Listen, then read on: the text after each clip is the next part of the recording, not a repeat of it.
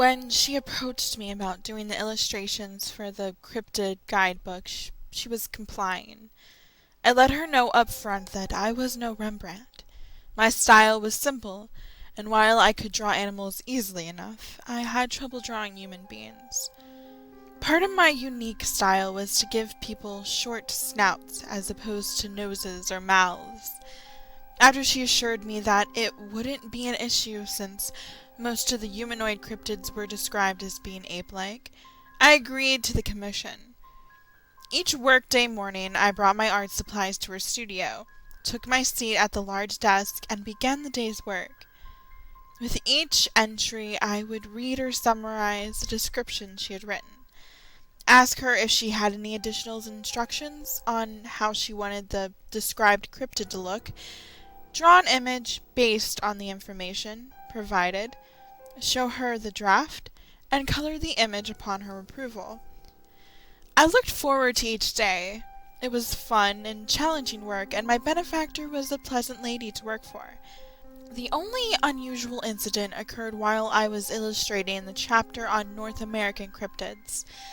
I was working my way through the M's and came to an entry concerning creatures called Melon heads. Giving a brief summary instead of reading the whole article, I announced, "Okay, we're up to melon heads.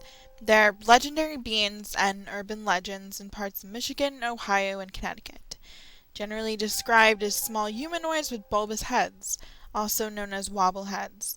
They occasionally emerge from hiding places to attack people." I waited for her input, but there was only silence. I turned to look at her.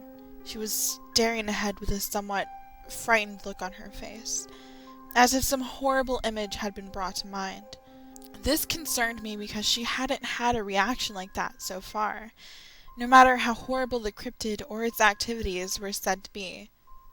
"Ma'am?" I called. She met my gaze, and I asked, "Are you all right?" She cleared her throat. "I'll be all right. Thank you." Obviously this one will be humanoid, with a big head, but what else? She paused for a moment before replying.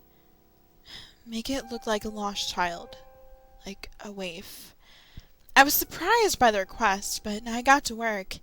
I drew a small, thin body with a large, round head. I started on the face, but then a thought struck me. What about the eyes? What kind of expression should it have? Give it an angry but sad expression, like it's been hurt.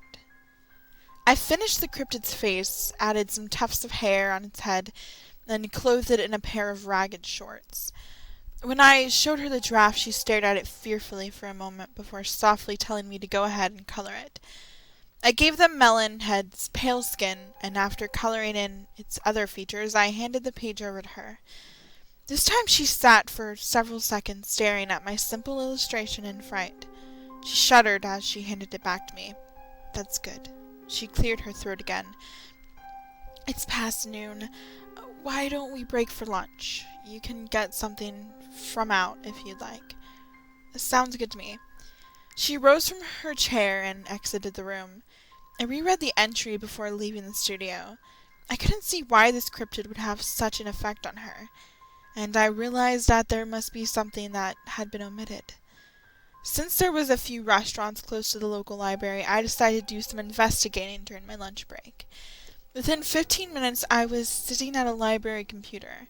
I found an article on melon heads, started reading through it, and froze at what I read. After finishing the article, I consulted some books on local legends, which confirmed the internet article.